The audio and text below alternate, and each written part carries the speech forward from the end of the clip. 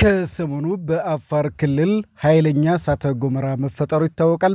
ያንን ተከትሎ ተመራማሪዎች ኢትዮጵያውያንና የውጭ ሀገር ሳይንቲስቶች እሳተ ገሞራው መረጋጋቱን ገልጸዋል። ከዚህ ባሻገር ከሰሞኑ ተመራማሪዎች በጎርጎሮሳውያኑ 2009 ኢትዮጵያ አፋር ክልል ውስጥ የተገኘው የቡርተሌ እግር ለተባለው የቅድመ የሰው ልጅ ቅሪተ አካል እንቆቅልሽ መልስ ማግኘታቸውን ገልጸዋል። ይህንን መረጃ ወደ እናንተ በስፋትና በዝርዝር እናቀርበዋለን። ለመሆኑ ከሰሞኑ እሳተ ገሞራ ተከስቶ ነበረ። እዚህ ስፍራ ላይ 3.4 ሚሊዮን ዓመታት እንዳስቆጠረ የተነገረለት ቅሪተ አካል በወቅቱ በዝግመተ ለውጥ ሂደት ተቀራራቢ ከነበረው የሰው ልጅ ዝርያ ጋር የተቀራረበ ነው ብለዋል ሳይንቲስቶቹ። ተመራማሪዎቹ በዚህ የቅርብ ጊዜ ግኝታቸው በዚህ ጽሑፍ ፍለጋው የ4 ዓመት ከ6 ወር ያለው የሕፃን ልጅ 25 ጥርሶች ያሉት መንጋጋና አጥንት አግኝተናል ብለዋል። ለመሆኑ ከሰሞኑ በአፋር ክልል በተከሰተው እሳተ ገሞራ በርካታ ነገሮች ሲባሉ ቆይቷል። በተለይ አፋር ክልል ኤርታሌ ላይ ሰይጣንና ጭፍሮቹ እዚያ ተጥለዋል፣ እስከ ዓለም ፍጻሜ ድረስም ይቆያሉ ተብሏል። እነኚህ የተገኙት ቅሪተ አካል በሰሞኑ የእሳተ ገሞራ ፍንዳታ ተደናግጠን ሳናበቃ እንዴት ይፋ ተደረጉ? የሚያገናኘውስ ነገር አለ? ተመራማሪዎች በተጨማሪ 8 የእግር አጥንቶች አግኝተው የነበረ ሲሆን የትኛው የሰው ዝርያ ቅሪተ አካል ይሆናል የሚለውን ለዓመታት ሲያወዛግባቸው ቆይቷል።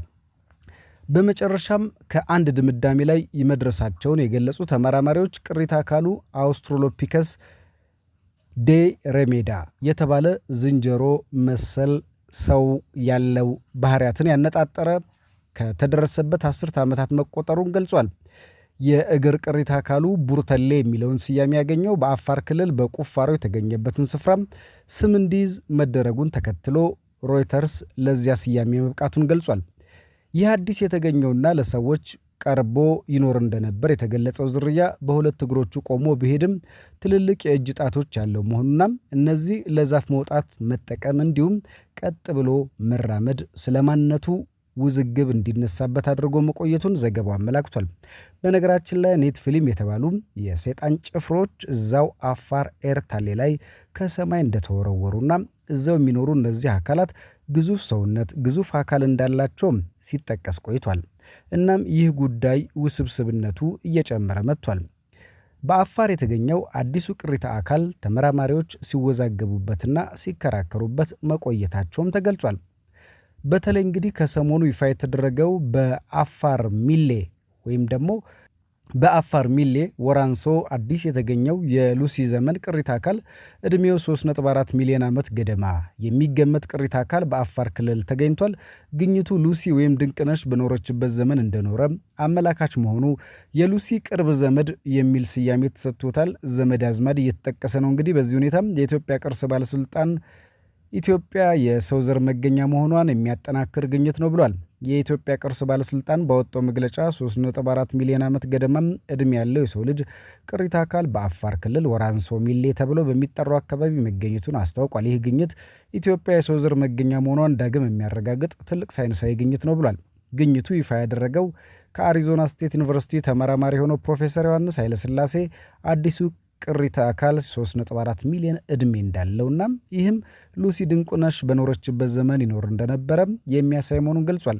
በመግለጫው ፕሮፌሰር ዮሐንስ ኃይለሥላሴ በዚህ ምክንያት ለቅሪተ አካሉ የሉሲ ቅርብ ዘመድ የሚል ስያሜ እንደተሰጠው ተናግሯል።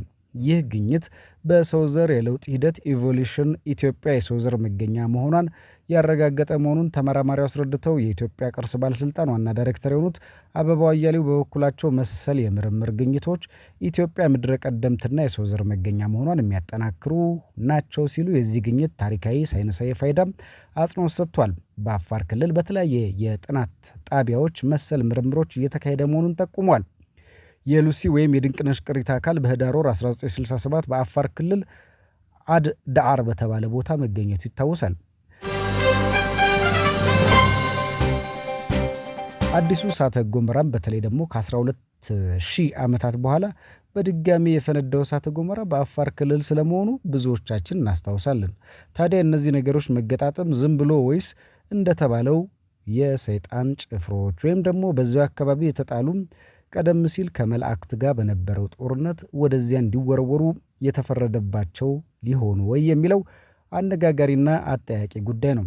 ለማንኛውም በጊዜ ሂደት አዳዲስ መረጃዎችን እያጋራን ስለምንሄድ አዳዲስ ግኝቶችን እነግራችኋለን። ዓለም የደበቀው የማይታወቁ የተባሉትንም እነግራችኋለን። ከዚህ ጉዳይ ጋር ተያይዞ የሳይንስ ተመራማሪ የሆኑት እንዲሁም የባህል ሕክምና ምሁሯ እንግዲህ ባክቴሪያ በእሳተ ገሞራ ንዳድ ውስጥ በህይወት ሊኖር ይችላል። ቀደም ሲል እንግዲህ የሳይንስ ተመራማሪዎች ሐሳብ ስጡበት የተባለም እናታችን ሐኪም አበበች የአፋሩ እሳተ ገሞራም ኃይሌ ጉቢ የሚያስከትለው ጠንቅ ሲተነትኑ ቆይቷል። ከውስጡ አደገኛ ባህሪያት ወጥቶ ተበትኗል፣ ተጠንቀቁ ሲሉም ከዚህ ቀደም በቪዲዮ ተናግረዋል።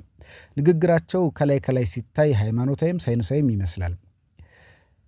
ሳይንስ በዚህ እቶን እሳት 1000 ዲግሪ ሴንቲግሬድ ውስጥ ህይወት ያለው ነገር ሊኖር አይችልም ባይ ነው። እሳቸው ደግሞ መኖር አይደለም እሳተ ገሞራው ሲፈነዳ አብሮ ተበትኖ በአየር ላይ በባህርና በየብስ ተበትኖም እንዲያውም በባህር ሐይቆች ላይ ያሉ አሳዎችን መግደል ጀምሯል ብለዋል። እርግጥ እሳቸው እንደተናገሩት አሰብና ጅቡቲም በውሃ ስለሚዋጡ ጦርነቱ አያስፈልግም ብለዋል። እሳቸው የገለጹትን በተወሰነ ደረጃ ለማስታወስ ያህል ነው። ወደ ቀደመው ርዕሰ ጉዳያችን እንመለስና በተለይ እንግዲህ ስለ አፋር አዲስ የተገኘው ቅሪተ አካል አውርተናል። ሉሲስ እንዳው መች ተገኘች?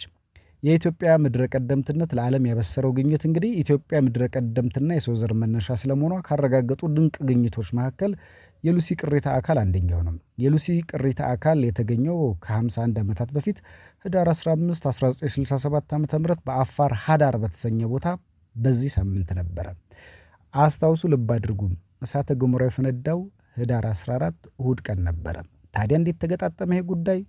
መርምሩበት፣ ድረሱበት። ቅሪተ አካሉ በኢትዮጵያ መገኘቱ የሰው ልጅ አመጣጥ ጥናትን የትኩረት መስክ ወደ ኢትዮጵያ ያደረገና ሀገሪቱ እውነተኛ የሰው ዘር መነሻ መሆኗን ያስመሰከረ ነው ተብሎለታል።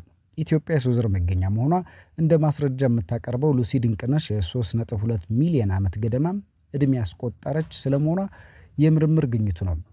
ይህ ግኝት እንግዲህ ኢትዮጵያን ከዓለም ልዩ ከማድረጉም ባሻገር እግር ጥሎት ኢትዮጵያ የመጣ ሁሉ ኢትዮጵያ የሰው ዘር መገኛ መሆኗን በመደምደም እንዲጎበኛት የሚያደርግ ክስተት ነው። ድንቅነሽ ወይም ሉሲ በመላው ዓለም የምትታወቅበት መጠሪያዋ ሉሲ የተሰኘ ሲሆን ምክንያቱም ቅሪተ አካሉን ካገኙት ተመራማሪዎች ጋር የተገናኘ ታሪክ አለው።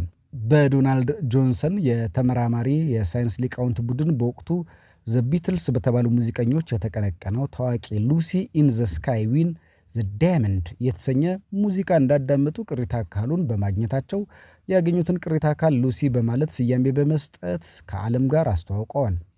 የሉሲ መገኘት ሌሎች ምርምሮች በር ከፋች በመሆኑ በርካታ ግኝቶች እንዲያስከትል ያስቻለ ክስተት ነው።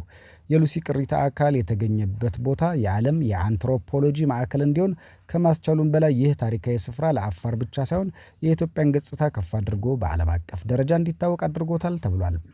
ይህ የዓለም ቀልብ የሚስበው የሉሲ ቅሪተ አካል ከዚህ ቀደም በአሜሪካ ለእይታ ቀርቦ የነበረ ሲሆን በቅርቡ ደግሞ በቼክ ሪፐብሊክ በፕራግ ብሔራዊ ሙዚየም በነበረው የ2 ወራት ቆይታም ከ200,000 በላይ ጎብኚዎች ሊጎበኙት ችሏል።